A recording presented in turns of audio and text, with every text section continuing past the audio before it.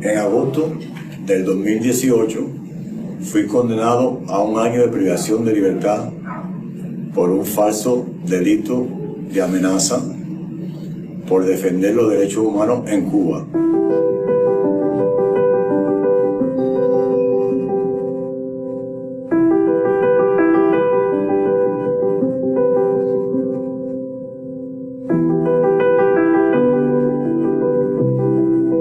La acusación a Tomás, ¿de quién parte?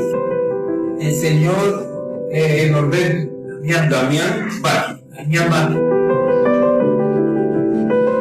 Él garantiza que el tribunal ellos lo van a manipular y que la sanción va. Que lo único que necesita es que tú le escuches. Tanto así que no le permitieron testigo. No le permitieron testigo.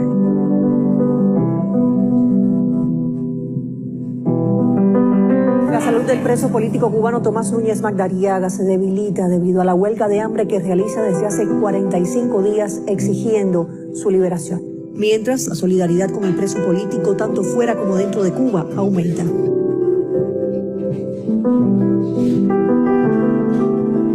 Me esposaban primero, me subían las manos izquierdas, me bajaban para abajo las cabezas, me bajaban por todo el pasillo de la prisión de Boniato, corriendo prácticamente, salía gritando porque llevaba 40 días de huelga de hambre.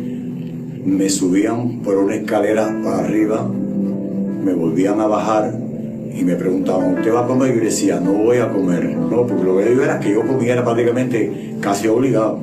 Así entonces me cogían y me llevaban para hacerla, me quitaban la ropa, me tiraban así en el piso de cemento, ahí pues, tenía que hacer todo, hacer fecales, tenía que orinar ahí mismo. Gracia Cubana y los activistas de derechos humanos hace tiempo experimentan, denuncian el uso arbitrario de la detención por parte del gobierno cubano, apoyándose con cargos ilegítimos. Me esposaron en esta forma y arremetieron contra mi persona a darme una fuerte golpiza por más de 1 hora.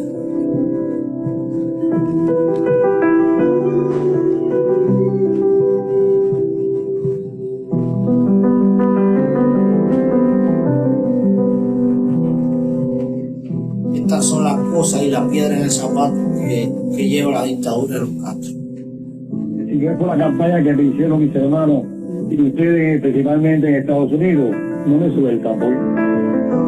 ¿Odias a quienes te hicieron todas estas cosas? No, yo no lo odio, yo lo que le tengo es lástima, porque ellos no son libres, libres soy yo y somos nosotros.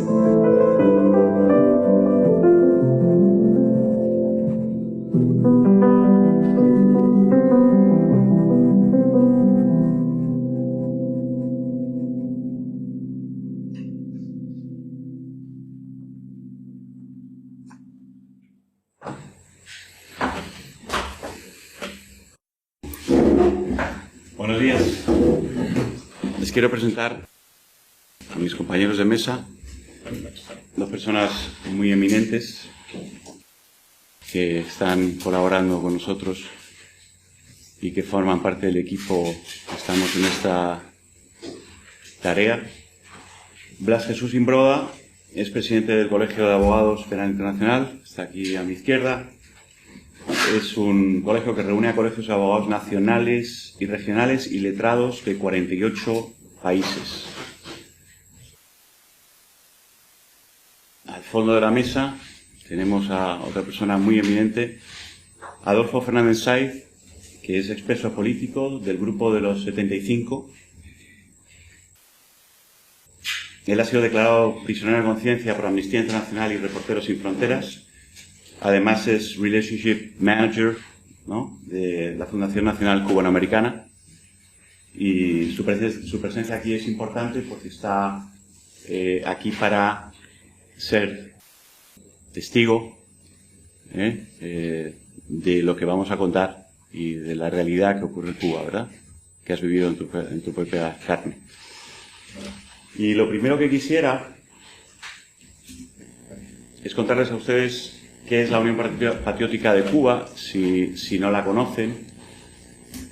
En primer lugar, hablarles de nuestro activismo. Nosotros tenemos un objetivo prioritario, que es la masa social, Tenemos más de 3.000 activistas repartidos en más de 122 células en la isla, 25 sedes. Es la primera vez en la historia. Esto es importante porque, claro, cuando hablas de 3.000 activistas para cualquier país, es una cifra bastante modesta. En Cuba nunca ha habido un movimiento que tuviera más de 600 activistas. Es la primera vez en la historia que un movimiento tiene más de 1.000, pero es que estamos creciendo, llegando ya a los 3.000 y seguimos creciendo. Varios barrios de Cuba son ya afectos generalizadamente a los pagos. Poca gente puede decir, yo soy de los pagos y salir a la calle porque saben que van a ir a prisión. Pero barrios enteros son afectos. Estamos presentes en todas y cada una de las provincias de Cuba. Nuestra política de proyectos es de abajo arriba. No podemos ir de arriba abajo. En Cuba no existen medios de comunicación accesibles a las ideas. Están todos bloqueados. Por lo tanto, no puedes ir de arriba abajo. Tienes que ir de vecino a barrio, a municipio, a provincia, y con la esperanza de llegar al país un día. A través del activismo. Tengo el micrófono activo, ¿no? Sí, sí. ¿Me oíais, no? Y una parte muy importante de nuestro activismo es el arraigo social. Esto es vital porque nosotros somos la alternativa al CDR, Comités de Defensa de la República, digo, de la Revolución. Me he confundido con un concepto que se está moviendo últimamente en España que tiene bastante parecido. Los CDR fiscalizan y reprimen, sin embargo, un PACU lo que hace es ofrecer ayuda, solidaridad social, integra a los desfavorecidos, denuncia injusticias de todo tipo, no solamente de activistas, de cualquier parte de la población. Difunde contenidos alternativos, documentales, películas, noticias, damos formación a personas, a 20 personas, sobre tecnología, sobre acceso a Internet, sobre democracia, derechos humanos, sobre muchos contenidos. Damos servicios de ambulancias populares, de lavandería, de Reyes Magos, fiestas, excursiones, hacemos muchas cosas que tengan arraigo social, porque es la manera en la que el activismo puede encontrar la vía de salida. Y luego, muy importante para nosotros, no solamente apoyamos nuestras ideas, nuestras iniciativas, apoyamos cualquier idea válida de cualquier disidente.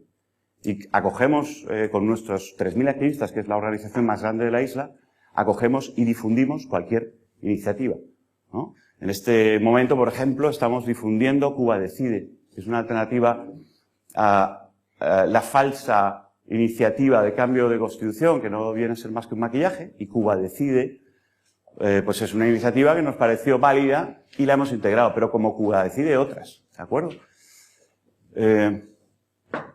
Voy a coger esto, yo creo que puedo pasar las transparencias por aquí. Nuestro principio es la desobediencia no violenta. Seguimos los principios de Gene Sharp. Si el sujeto no obedece, el dictador no tiene poder, porque el poder proviene de un binomio que es el dictado y la obediencia. Cuando falla la obediencia, el poder se desmorona, ¿no?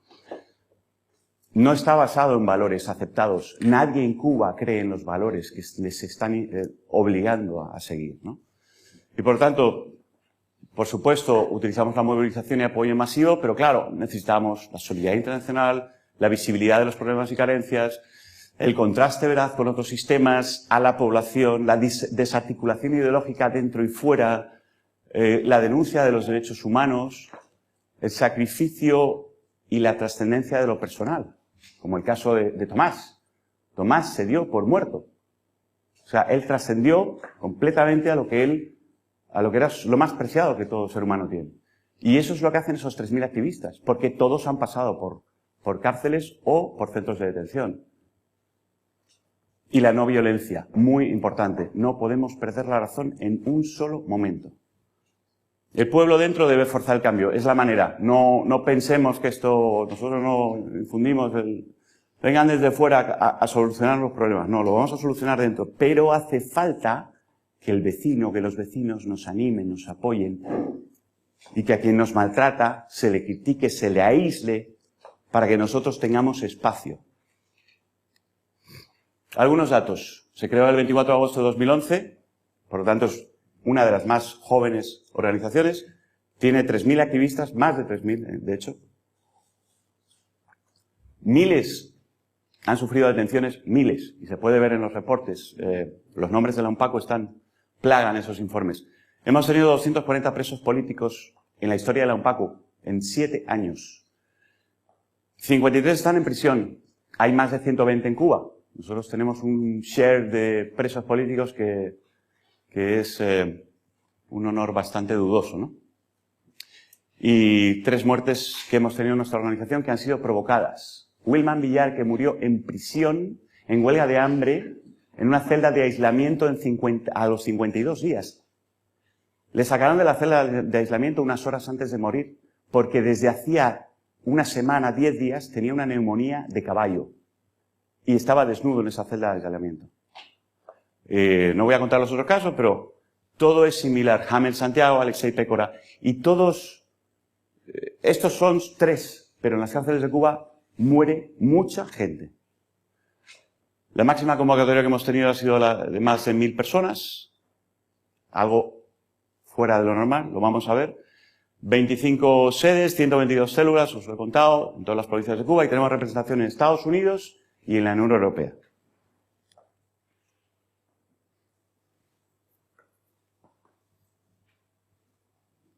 En que los niños, sobre todo, son los que deben pasarla bien y que los adultos estamos en función de los niños. Si hay algún grupo de niños que quiere quedarse con sus adultos, por supuesto, en la playa se quedan y no vienen a las 2:30. Se metieron con los camioneros, pero no pudieron meterse con el pueblo. Este tipo de dictaduras que van hablando que tienen una ideología que los sostiene, esa misma mentira les ata un poco de manos para hacer barbaridades públicas. Ese es el espacio que hay que conseguir con la masa social, ¿no? Voy a pasar a una parte que quisiera contar con Adolfo. Yo voy a ir muy rápido, Adolfo. Tú lo que te pediría es que me vayas metiendo, cógete el micrófono, porque si no... Sí, yo creo que se puede mover esto, ¿no? Sí. ¿Se oye? No. No lo sé si se oye. No se oye. Entonces te voy a pedir que tú me vayas interrumpiendo, metiendo puntillas, porque ahí se dicen cosas terribles. A mí me pasó algo tremendo cuando vi el caso de Khashoggi en Arabia Saudí. Yo vi las reacciones de los políticos, vi las reacciones de mucha gente y parecía que estaban escandalizados. Y yo dije, ¿por qué? O sea, esto deberían tenerlo más asumido y estar escandalizados, pero no como si fuera una sorpresa. Yo creo que fui a las fuentes, Human Rights Watch, Amnistía Internacional, y empecé a leer, y vi frase tras frase. Y cuando vi las frases, estuve un rato leyendo y dije, esto es horrible. O sea, Arabia Saudí es horrible. Estoy acostumbrado a ver eso porque en Cuba lo leo todos los días. Entonces voy a haceros pasar por un poquito de eso antes de que Blas Jesús Imbroda nos cuente que estamos haciendo eso y cómo lo estamos haciendo por esto. Ratificación de los 18 tratados de derechos humanos. La excepción, honorable excepción, de Cuba. Ratificación del Pacto Internacional de Derechos Civiles y Políticos. No creo que sea muy complicado dar derechos civiles y políticos. La excepción en toda Latinoamérica, Cuba. Derechos económicos, sociales y culturales. La excepción en toda Latinoamérica, Cuba. Vivimos aquí. Por eso estamos haciendo la rueda de prensa aquí. José Daniel Ferrer no puede salir, Berta Soler no puede salir. Hay mucha gente en Cuba sufriendo y por eso desde aquí podemos ayudarles. Porque tenemos esto. Están aceptados los derechos humanos de forma universal en donde vivimos. Vamos a pasar por Human Rights Watch. Muy rápido vistazo. El gobierno sigue llevando a cabo detenciones arbitrarias para hostigar e intimidar a críticos, activistas independientes, opositores políticos y otras personas. Las detenciones arbitrarias aumentaron de manera drástica, de 172 a 827 mensuales. Es común que los detenidos sufran golpizas, reciban amenazas, permanezcan incomunicados por horas e incluso días. El gobierno cubano todavía se niega a reconocer la defensa de los derechos humanos como una actividad legítima. Es común que las autoridades hostiguen, agredan y encarcelen a defensores de derechos humanos. El gobierno controla prácticamente todos los medios de comunicación, restringe el acceso a la información proveniente del extranjero. El gobierno bloquea sistemáticamente el acceso a los sitios web y está censado. Eso lo veremos luego. Los periodistas independientes, objeto de campañas de desprestigio y detenciones arbitrarias.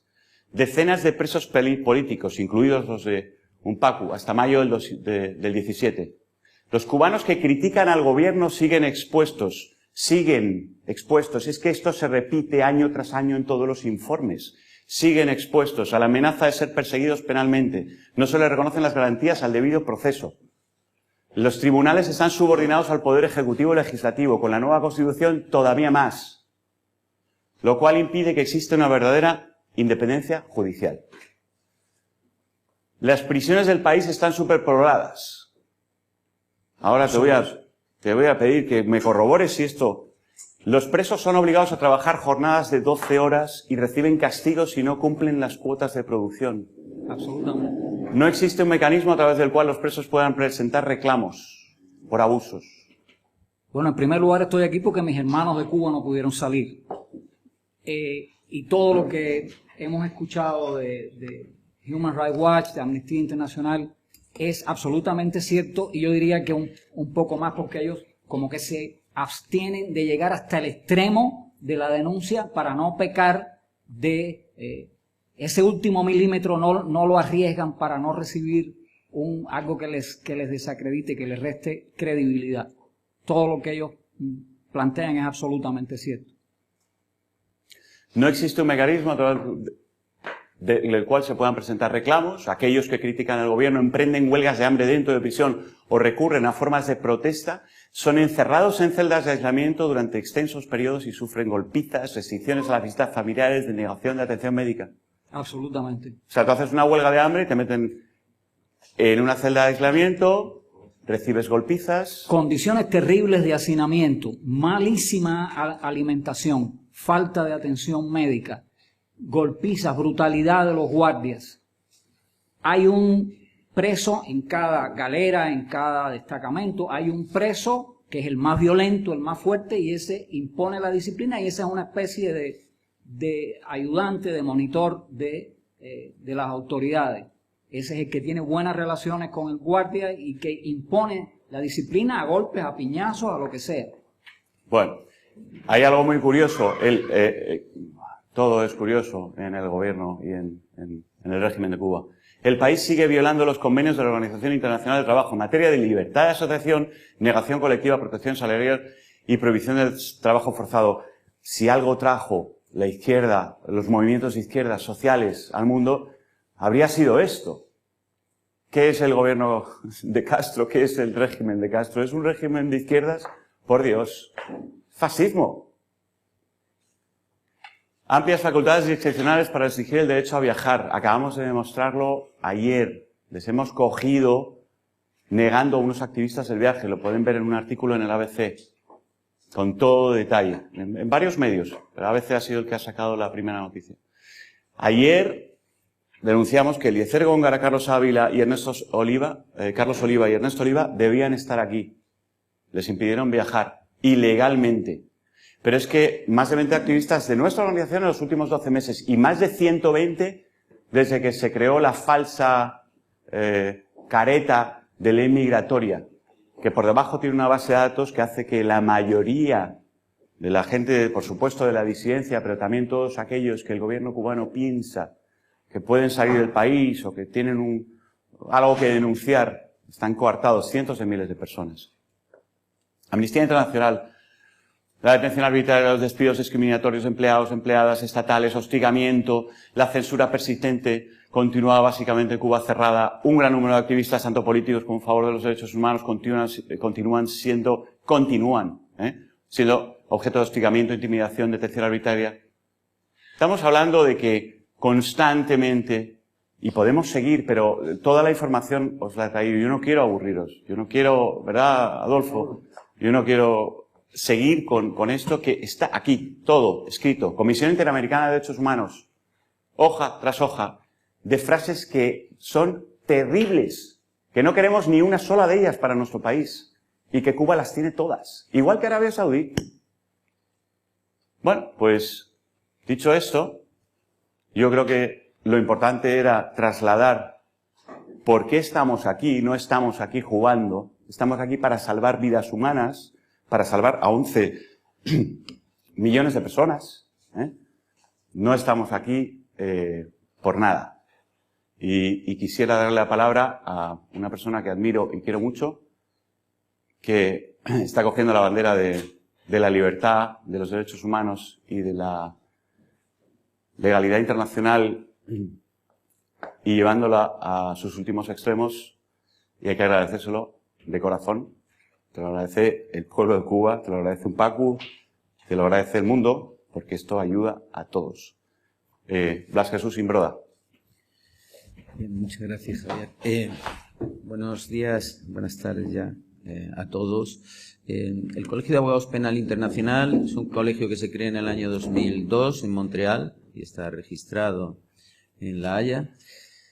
Y entre sus objetivos está la defensa de los pilares y de los valores en los que se fundamenta la justicia penal internacional, o lo que es lo mismo, la defensa de los derechos humanos en el mundo. Y además, que los más execrables crímenes contra la humanidad, los más execrables crímenes internacionales, no solo cesen, paren y desaparezcan en el mundo y se respeten los derechos humanos y un mundo en paz, sino también defiende la justicia penal, el Colegio de Abogados Penal Internacional, que no haya impunidad para ninguno de los gravísimos autores de tan execrables crímenes internacionales.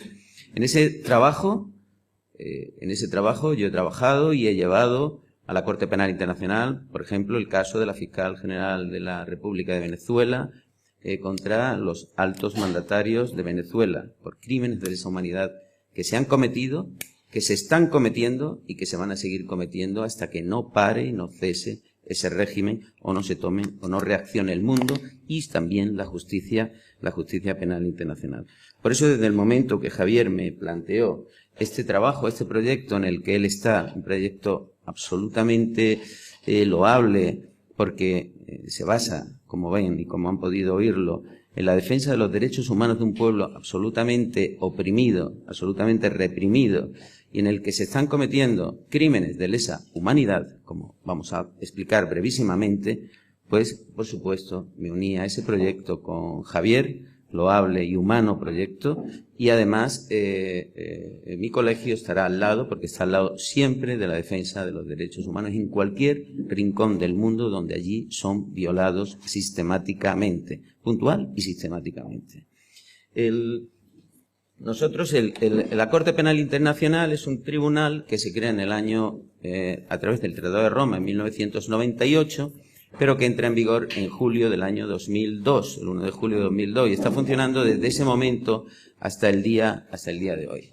Es un tribunal, yo siempre lo he definido y cuando he escrito o he hablado sobre la Corte Penal Internacional, uno de los pasos más importantes en la historia de la humanidad en el ámbito del derecho penal. Por primera vez en la historia de la humanidad hay un tribunal penal internacional permanente, independiente y con vocación universal. Esa es la Corte Penal Internacional, que lleva un recorrido con sus pros y con sus contras, propios también de un tribunal que es muy nuevo y que lleva poco tiempo y además que está tratando a crímenes como son los crímenes de genocidio, crímenes de guerra y crímenes de lesa humanidad. Y próximamente, muy próximamente ya, los crímenes también, los crímenes de agresión.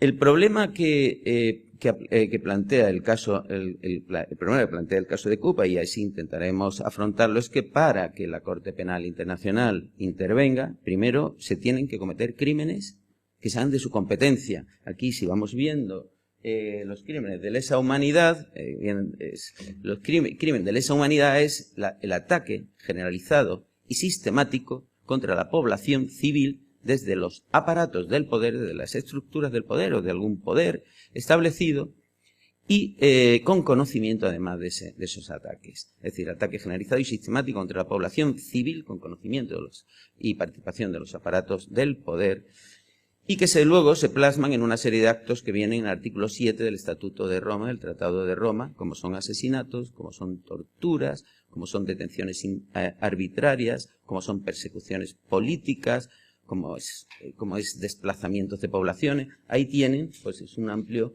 hay un amplio catálogo de actos criminales que se planan, actos concretos, actos singulares, que dentro del ataque generalizado y sistemático contra la población civil constituirían la comisión de crímenes de lesa humanidad. ¿Qué pasa en Cuba? ¿Qué pasa en Venezuela? ¿Qué está pasando en Nicaragua, por ejemplo? Y además, ¿qué denominador común tienen esencialmente Venezuela con unos vínculos con Cuba extraordinarios? Que Cuba es la que además sostiene el régimen, sostiene la represión y controla todos los aparatos del poder, de la información, etcétera, etcétera, y en consecuencia mantiene a un régimen absolutamente débil, porque cualquier régimen que se basa sobre la explotación y sobre la violación sistemática de los derechos humanos es débil por principio en todo momento, salvo que tenga unos controles represivos y policiales gigantes como ocurre en Venezuela, que eso lo sirve además y les apoya muchísimo, por supuesto, Cuba. Pues que además países con patrones, con denominadores comunes, regímenes dictatoriales, con un discurso único, que tienen que mantenerse en el poder a costa de todo y que para mantenerse en el poder siembran el terror, siembran el miedo sobre la población y si tienen que asesinar, asesinan, como ha ocurrido en Venezuela, en las represiones, en las manifestaciones, como ha ocurrido en Nicaragua, además con patrones iguales, con las fuerzas policiales, con fuerzas paramilitares y además con una represión gigantísima. Sí, igualmente está pasando actualmente en Cuba. Mantenimiento, actualmente no, desde hace años, perdón, mantenimiento a toda costa del poder y para mantener el poder se procede a una represión terrible con la implantación del terror y con unas normas que violan absolutamente cualquier tratado de derechos humanos, cualquier tratado que proteja los derechos fundamentales. Ahí pues se están produciendo, y podemos ir pasando, se están produciendo situaciones, casos de asesinato, de asesinatos que están documentados, como las que se exponen ahí, casos también supuestos, hay un supuesto de esclavitud que se podrá luego hablar también, y una situación bastante terrible también la que se está viviendo, de explotación, también traslados forzosos o deportaciones, también privaciones graves de la libertad, detenciones arbitrarias, sin absolutamente ninguna garantía, sin ninguna absolutamente, desde luego, totalmente arbitrarias. Este tipo de países, y ocurre en Venezuela, la tortura es un instrumento al servicio puesta en marcha por los aparatos de poder. Aparatos de todo índole, aparatos policiales o incluso un centro de detención. En Venezuela es el caso del SEBIN. En Cuba, por ejemplo, es el caso, el centro de tortura de Versalles en montones. Hay diferentes. Está generalizado. Por supuesto. Bien. Es otro caso, son casos más. Las persecuciones políticas y las persecuciones de todo índole. Todo aquel que no sea cómodo con el poder, por supuesto, va a ser objeto de persecución. ¿Qué queremos y qué estamos trabajando? Pues estamos documentando todos esos actos singulares que definen el crimen de lesa humanidad en el contexto generalizado y sistemático, en un país en el que además no hay justicia, no va a juzgar, porque la justicia está controlada por los aparatos del poder, no va a juzgar a los criminales que desde los centros de poder cometen este tipo de actos, y vamos a intentar, y desde luego no vamos a parar, para que la justicia penal internacional responda en algún momento. Nosotros no queremos que haya impunidad y queremos que la justicia penal internacional en el siglo XXI sea una referencia para todos los ciudadanos que están sufriendo estos gravísimos crímenes. ¿Qué países pueden ser juzgados ante la Corte Penal Internacional? Pues solo los Estados partes. La Corte Penal Internacional el problema que tiene es que tiene competencia sobre los Estados partes. Actualmente hay 123 Estados partes en América, en América 28. Cuba asiste a la Asamblea de Estados partes. Yo la he visto, yo voy a la Asamblea de Estados partes desde hace años y Cuba asiste a la Asamblea de Estados partes. pero no es Estado parte. No es Estado parte. ¿Por qué no es Estado parte? Pues porque no son los Estados partes, lógicamente, que tienen terror a la justicia penal internacional por su conciencia, no les permite encarar de frente una justicia penal internacional ante la que en cualquier momento pueden responder. La conciencia no es limpia, la conciencia no es tranquila, y evitan, a pesar de estar yendo y asistir a la Asamblea de Estados parte de la Corte Penal Internacional como Estados terceros invitados, no es Estado parte.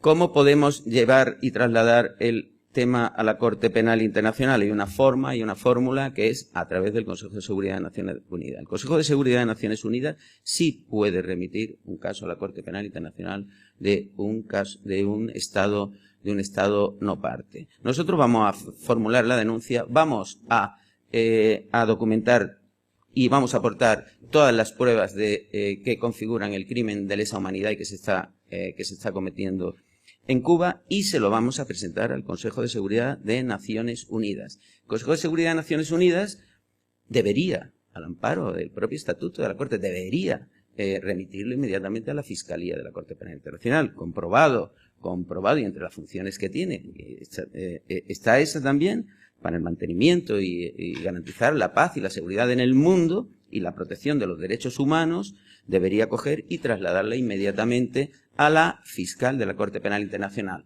2 casos ha remitido el Consejo de Seguridad a día de hoy en un corto periodo de tiempo de vida de vigencia de la Corte Penal Internacional.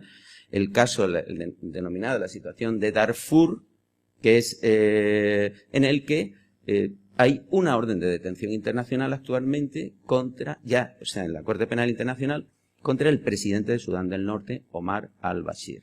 Es decir, actualmente la Corte tiene una orden de detención internacional contra el actual presidente de Sudán del Norte, en base a un asunto que fue remitido por el Consejo de Seguridad de Naciones Unidas. Omar al-Bashir, si llegara aquí a Madrid en una visita oficial, en el mismo aeropuerto, nada más salir del avión, tendría que ser detenido por la Guardia Civil y trasladado a La Haya en cumplimiento de la orden de detención internacional. Y hay otro caso más que el Consejo de Seguridad remitió, que fue el caso de Libia, y hay una orden de detención, ya está en la Fiscalía de hace años, y hay una orden de detención internacional contra el hijo de Muammar el Gaddafi.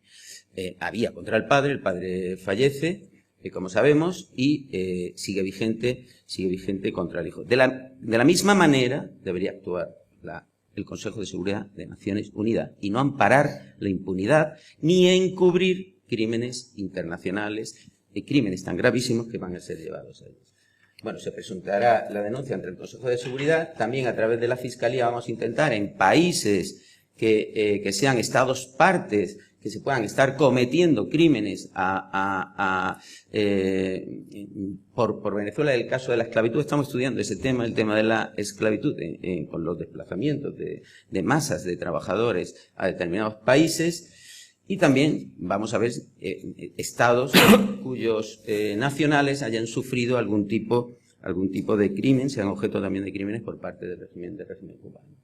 Bueno, las consecuencias de la Corte Penal ante un Estado no parte, bueno, ya lo he explicado cómo sería. El Consejo de Seguridad debería remitir, como hizo con el caso de Darfur, el caso de Sudán, a la fiscal. La Fiscalía de la Corte Penal abre lo primero lo que se denomina un examen preliminar, examina la documentación y si ve fundadas pruebas, ve la documentación, ve pruebas, si hay material, pedir ya la apertura formal a lo que se denomina la Sala de Cuestiones Preliminares, y allí la Sala de Cuestiones Preliminares, que debería autorizar la apertura de ese procedimiento, de esa investigación, ahí es cuando se adoptan las medidas cautelares y las medidas que pueda dictar, entre ellas la orden de detención internacional, como ha ocurrido con 2 importantes, relevantes personas, un presidente de Sudán y el actual y el hijo de Gaddafi. Bueno, ahí en este material que se va a entregar, sí, aparecen algunos casos que se están viendo, un poco una referencia a los casos que han habido en la Corte Penal Internacional. Actualmente está siendo objeto de juicio Gabo, que fue presidente de Costa de Marfil, y ese juicio se está juzgando ahora. Y ya finalizo. Intentaremos e instaremos a las Naciones Unidas para que cesen las violaciones de los derechos humanos.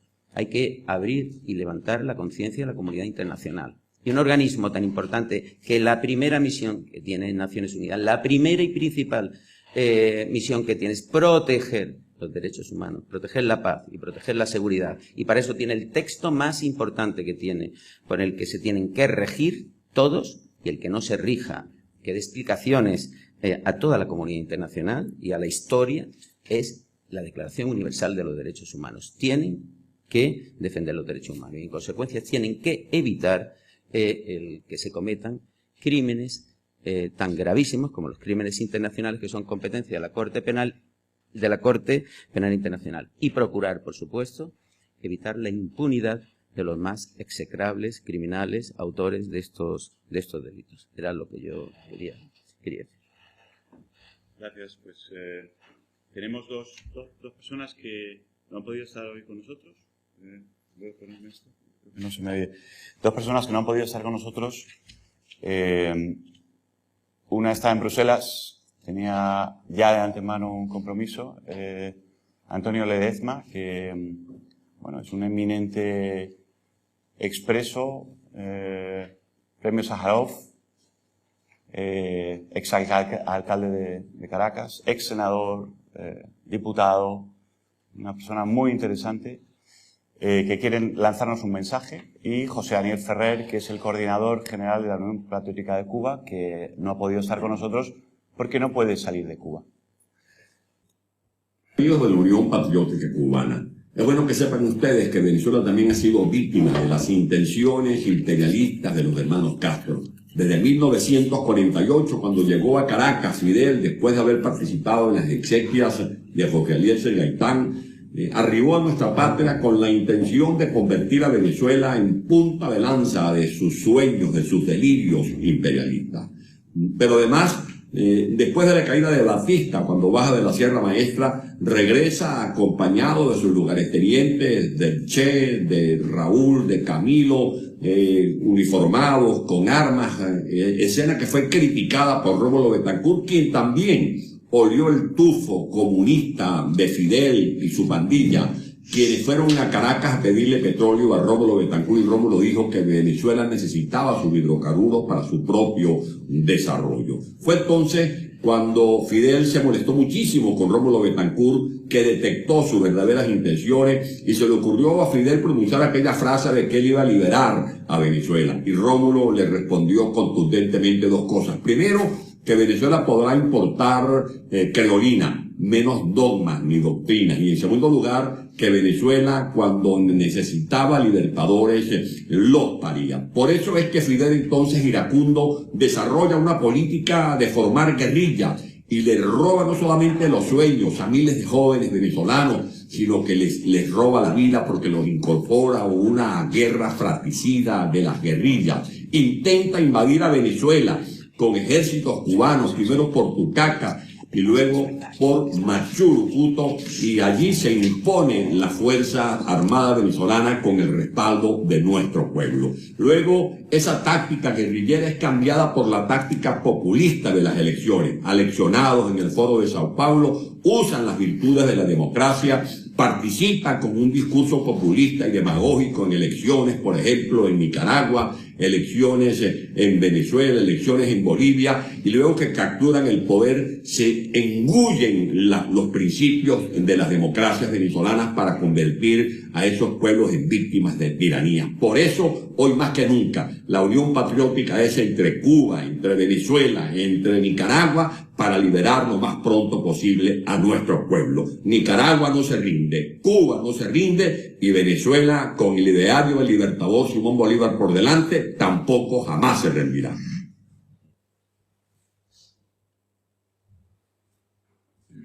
Vamos a ver el mensaje de José Daniel Ferrer. Saludos cordiales y muchísimas gracias a todos por acompañarnos hoy. Deseaba estar con ustedes, pero a los miembros de las organizaciones que más odian la tiranía no nos dejan salir de la cárcel grande en que el castrocomunismo ha convertido a la mayor de las Antillas. El dictador Raúl Castro me permitió salir una vez al exterior como regalo de rey o déspota al entonces presidente de los Estados Unidos, Barack Obama. Luego me han dejado claro que por la osadía de regresar a mi patria, el único viaje que me aguarda es hacia una de sus muchas prisiones. El proyecto que hoy presentamos, además de justo y muy necesario, es viable. El régimen castrocomunista es responsable de muchos crímenes contra el pueblo cubano.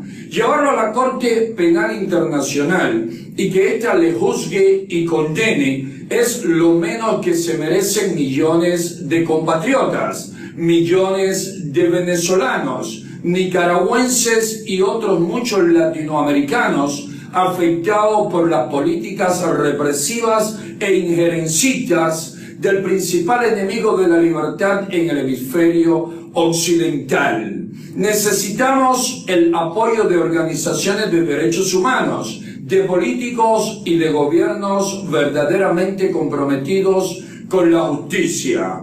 Recientemente el Parlamento Europeo aprobó una importante resolución sobre el tema de los derechos humanos en Cuba, gesto que agradecemos mucho.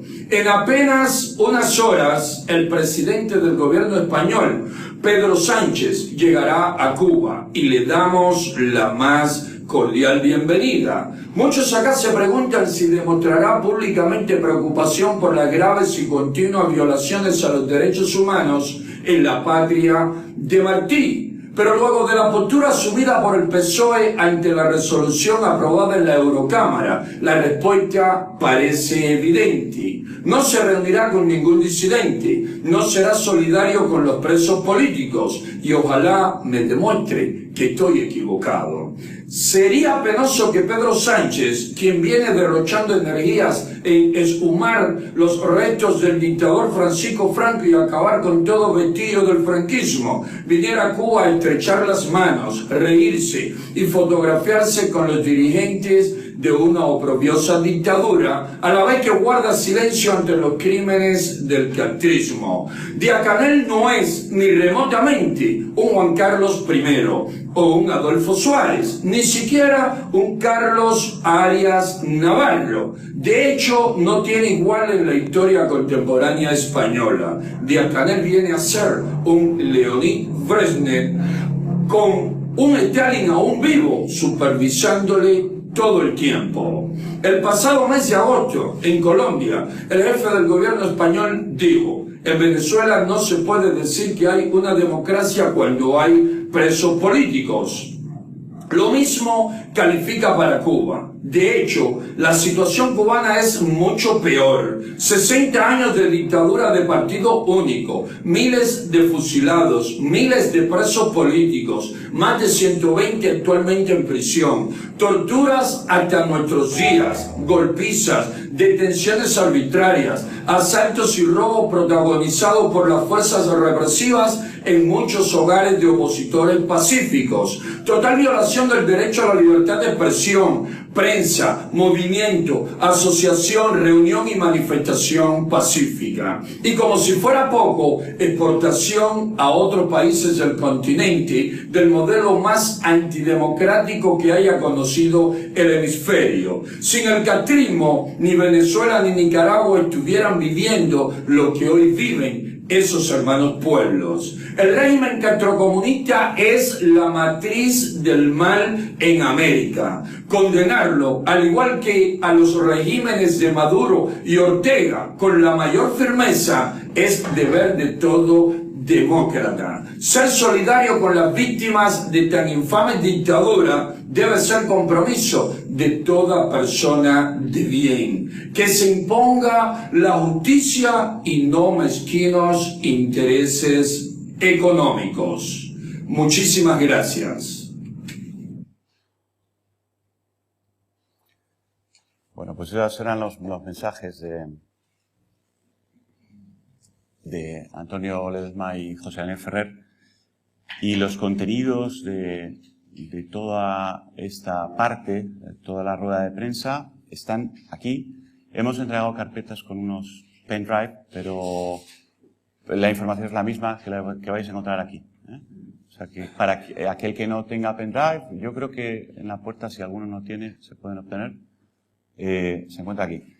Y me gustaría pasar a una segunda parte, no sin antes responder a algunas preguntas que tengáis, que podáis tener sobre el proceso de remisión a la Corte, etcétera, en donde sí me gustaría que la parte más técnica, las preguntas más técnicas con respecto a la Corte, tomaran la primera posición de las preguntas para que Jesús, que tiene que ir al Congreso de los Diputados, creo que para defender una candidatura al Consejo General del Poder Judicial, ¿verdad? Pueda hacerlo. De manera que... Mira, y te voy a dejar el micrófono. Muchas gracias, Jesús.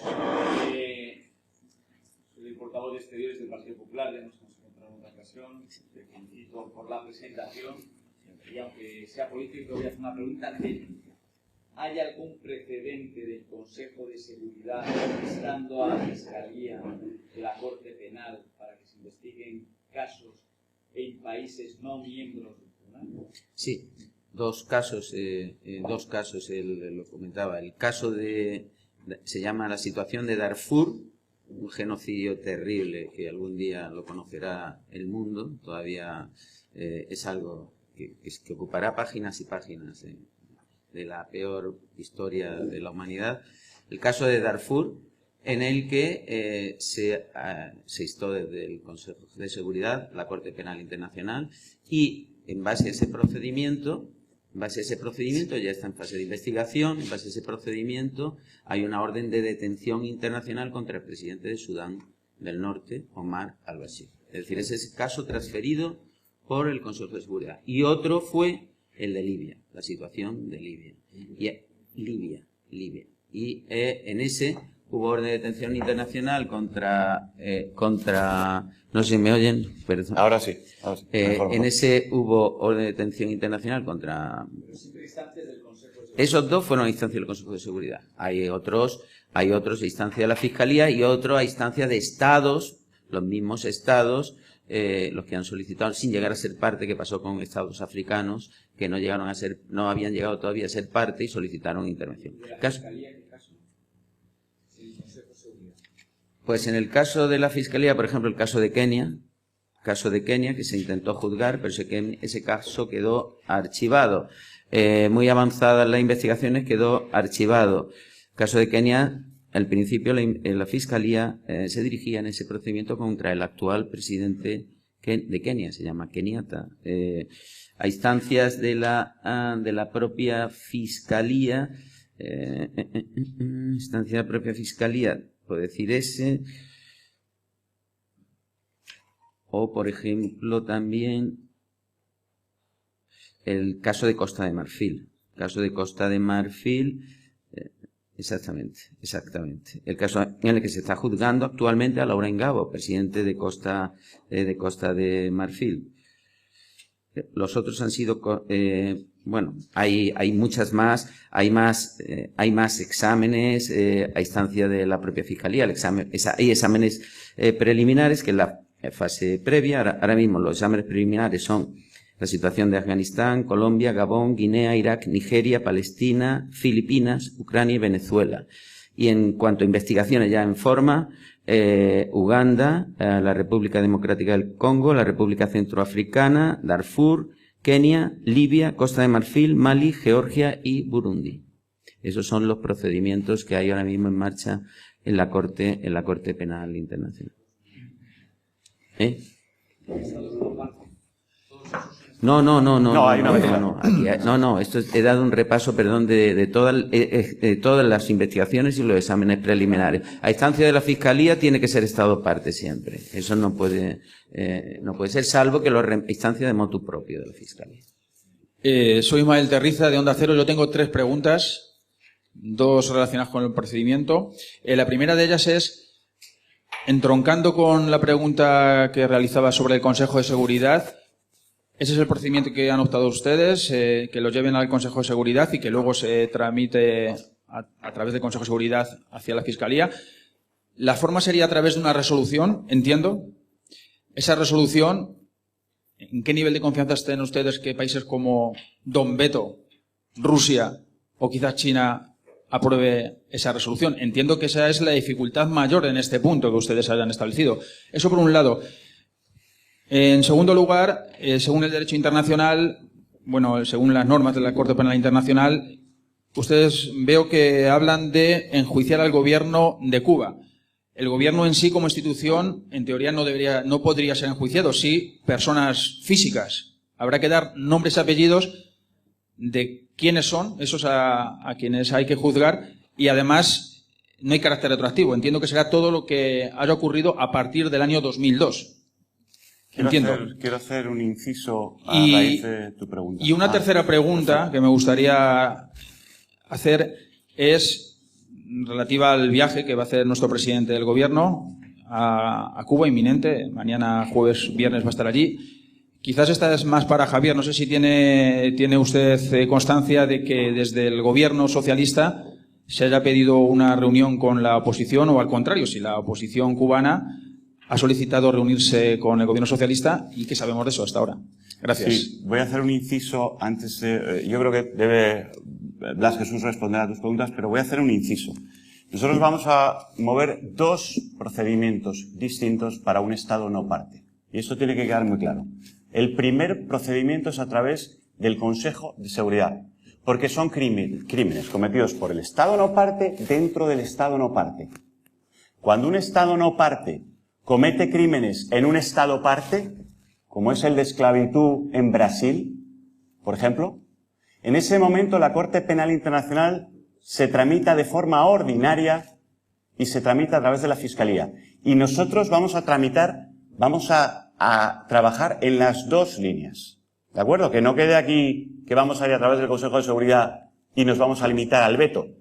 Desde luego puede ocurrir el veto, pero atención, el veto solamente tiene una duración de 1 año. Y por lo tanto, cada año Rusia tendrá que decirle al mundo que defiende los crímenes de lesa humanidad de Cuba y tendrá que votar en ese Consejo de Seguridad para que ese caso siga parado. ¿De acuerdo? Segundo, vamos a ir a través de la Fiscalía en los casos que son homologables de esclavitud. Y en esa línea estamos trabajando muy fuerte con todos los grupos de médicos que dicen no somos desertores, por ejemplo, que son miles y que tenemos una constancia de que trabajan en estado de esclavitud porque no les dejan sacar a la familia y están durante años fuera. Si ellos se van de la misión durante 8 años no pueden salir, volver a Cuba, y su familia no puede durante 5 años salir, es decir, están forzados a olvidarse de su familia durante años si se escapan de la misión. Sus pasaportes son retenidos, no los tienen, no son libres. Sus licenciaturas de medicina no las tienen, está prohibido por ley que las tengan, se las retienen. Es decir, si tú te vas, pierdes la familia, pierdes lo que eres, ya no eres médico, porque nadie puede decir que tú has estudiado ni una sola hora de medicina, y has perdido toda tu identidad y todo. Pero además es que les retienen el salario, salarios de 3.000 euros, está puesto ahí, casos reales del gobierno cubano, 3.000 euros, 25.000 en Arabia Saudí, un cirujano plástico, 25.000 euros al mes, dólares, perdón, siempre hablo en euros, dólares al mes, que el cubano percibe, la familia en Cuba 65, él de 50 a 120 dólares. Y luego cientos retenidos al año que si no vuelve a Cuba no se los dan nunca. Pierdes tu título, no tienes pasaporte, te conviertes en un ilegal absoluto y un donadie absoluto. Por lo tanto, esa situación es la que estamos trabajando para homologar a esclavitud, porque existe un montón de argumentos penales internacionales para homologarlo. En el momento que eso se hace, se traslada a la Fiscalía, porque es un Estado no parte, que está actuando sobre un Estado parte, ¿de acuerdo? Entonces, eso que quede muy claro, porque no estamos aquí jugando a que luego venga el veto de Rusia. Aquí estamos jugando un juego muy serio. Vamos a llevar a Cuba a la Corte Penal Internacional por varios mecanismos, por lo menos para que no puedan salir del país y desplazarse en Latinoamérica solamente en Venezuela y Nicaragua, que van a ser los dos únicos países que les den acogida. Yo quería contestar las otras preguntas. Vamos a ver. Yo no he dicho, o al menos no he querido decir, que se denunciará ante la Corte Penal Internacional al gobierno. He debido usar, y si no lo he usado, debería haberlo hecho, a los máximos responsables de los crímenes internacionales. Es decir, a la Corte Penal Internacional denuncia un gobierno. No. Se denuncian personas físicas. Y a la Corte Penal Internacional se denuncia tampoco a todos los autores, hay que decirlo, sino a los principales autores, los principales responsables. Es decir, dentro de los aparatos del poder, los principales responsables de los crímenes internacionales son los que se llaman. Y eso es lo que estamos trabajando y determinando. Por poner un ejemplo, en el caso que estalla allí la denuncia, en el caso de Venezuela, lógicamente el principal es el presidente, es Maduro, pero también el general jefe del SEBIN, del Servicio Bolivariano de Inteligencia Nacional, porque allí las torturas son diarias y permanentes, las detenciones arbitrarias, etcétera, etcétera. También al ministro del Interior por las represiones. Es decir, que son 4, 5, 6 personas que son los máximos responsables. Y en el tema de Cuba, así será también. Las personas máximas responsables serán los que sean objeto de denuncia. En cuanto al tema del Consejo de Seguridad, que está muy bien explicado también por Javier, hombre, yo creo que también hay que despertar la conciencia del Consejo de Seguridad de Naciones Unidas. Y ya está. Es decir, yo creo que por el temor del veto, bueno, pues no podamos estar en silencio y no nos vamos a callar. También esa vía existe. Y esa vía hay que activarla y hay que accionarla. Y hay que decirle al Consejo de Seguridad, reúnanse. Porque además no es que reúnanse usted a investigar. No. Al Consejo de Seguridad se le van a llevar también pruebas de crímenes de lesa humanidad. Pruebas de torturas, asesinatos, detenciones arbitrarias, etcétera. Y ese material, prueba, ofrecimiento de testigos, testimonios, etcétera, ese material lo va a tener el Consejo de Seguridad de Naciones Unidas. Y teóricamente va a tener que hacer exactamente igual que hizo con el caso de Sudán o con el caso de Libia. Va a tener que coger y decir, Fiscalía de la Corte Penal Internacional, mire usted, le mando lo que está pasando, aquí lo tiene, inicie usted ya un procedimiento, inicie ya una investigación en el tema de Cuba. Bueno, si llega el señor de Rusia o el señor de China, no lo sé, allí a hacer un veto, bueno, pues que se retrate ante el mundo entero que es cómplice y encubridor de terribles y execrables crímenes, y no nos vamos a callar y no vamos a parar de estar presentando continuamente y de estar sometiendo en la medida de nuestras posibilidades al Consejo de Seguridad esos gravísimos crímenes para que se accione la actuación por parte de la Corte Penal Internacional. Correcto. Con respecto al presidente, tengo constancia fehaciente de que, desde luego a nosotros, porque yo le he remitido cartas al ministro de Exteriores y al presidente. No he recibido respuesta, pero me han dado acuse de recibo. No hemos recibido respuesta. Las dos organizaciones más activas de la isla, más numerosas y más activas, que son UNPACU y Damas de Blanco, UNPACU lo ha hecho y no ha recibido respuesta, ni de Exteriores ni del presidente. Y Damas de Blanco, tengo la constancia, hasta ayer, de que efectivamente tampoco había recibido respuesta y sin embargo lo había solicitado. Entonces no tenemos ninguna esperanza de que el presidente Sánchez realmente haga lo mismo con el dictador Franco que con la dictadura castrista. Ninguna. Es más, parece que podría hacer lo contrario y atacar fuertemente a un dictador que está muerto y que ya no es un peligro para los ciudadanos, y sin embargo un dictador que está en vida masacrando a 11 millones de cubanos y 3 millones fuera de sus familiares, pues le va a bailar y hacer el juego, mientras, sobre todo, porque puedes visitar a Cuba, y eso está estupendo, porque siempre puede ser constructivo, pero claro, lo que no puedes hacer es darle la espalda a los defensores de la libertad y los derechos humanos, porque es como si le hubiera dado la espalda a Felipe González en el año 70, o a cualquiera de las personalidades de izquierdas que lucharon por la libertad ante un régimen que teníamos en España que era de otro signo.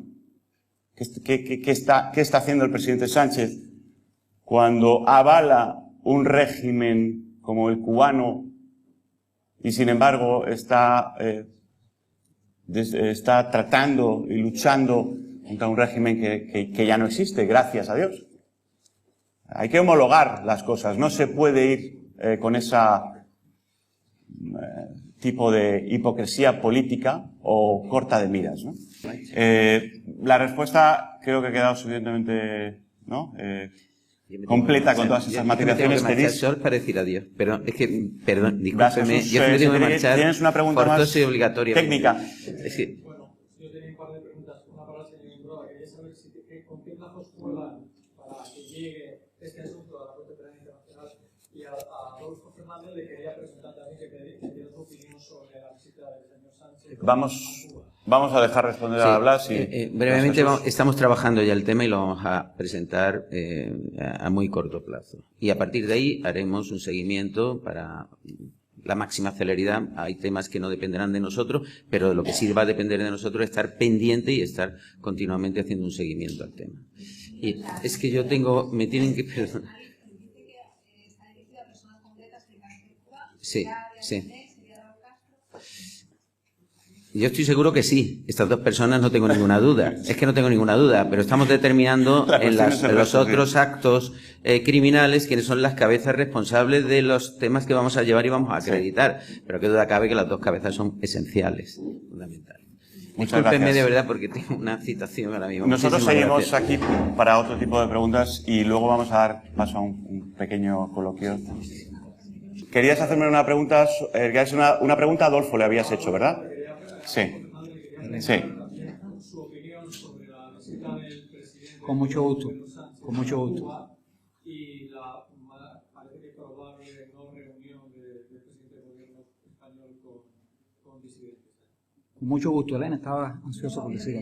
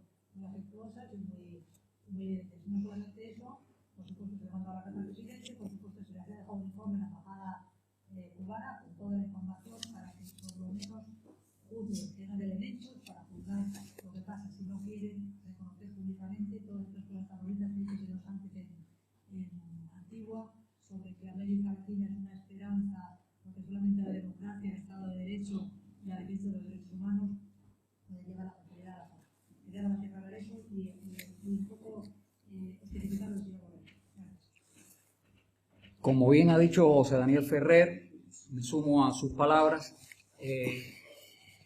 le damos la más cordial bienvenida al señor Pedro Sánchez en Cuba, viniendo de España, un país tan cercano a nosotros, viniendo de cualquier otro gobierno democrático, que vayan allí, que hablen con el gobierno cubano, pero que sepan que se están sentando como un dictador que no ha sido elegido por el pueblo, que no representa los verdaderos intereses de la nación cubana y que destaque la situación de derechos humanos en Cuba, que reconozca a aquellos que se oponen legítimamente, de manera no violenta, al régimen cubano, que los destaque, que les dé preeminencia, que los toque, que los salude y que les dé un abrazo a esas personas que lo han puesto todo en peligro por tal de elevar su voz